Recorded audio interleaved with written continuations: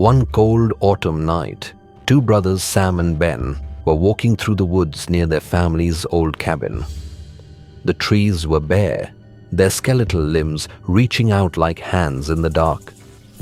Sam, the older brother, tried to mask his unease, but Ben, younger and braver, had already begun to boast about how nothing could scare him.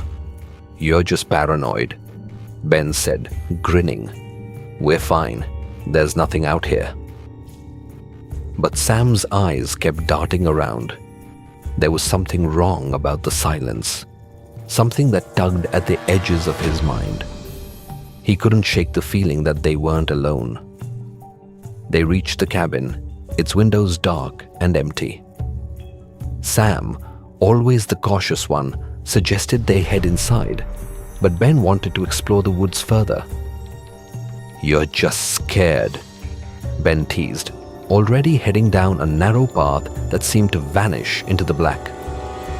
Reluctantly, Sam followed, but only a few steps in, a strange sound echoed from the trees behind them. A rustling, a whispering voice. So faint it could have been the wind, but it wasn't. Sam's heart raced, but Ben, who could never resist a challenge, urged him forward.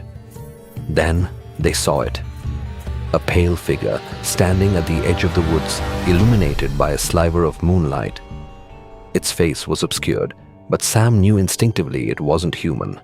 It moved closer, and the air turned colder. "Ben, we need to go now," Sam whispered, grabbing his brother's arm. But Ben, transfixed, didn't hear him. "It's just a person in a costume. You're being dramatic." The figure stepped forward, and the ground beneath their feet seemed to shift, the shadows curling tighter around them. Sam tried to pull Ben away, but Ben broke free, moving toward the figure. The figure's face emerged from the shadows, eyes black, mouth twisted into a grin too wide, teeth too sharp. "Ben!" Sam screamed, but his brother didn't respond.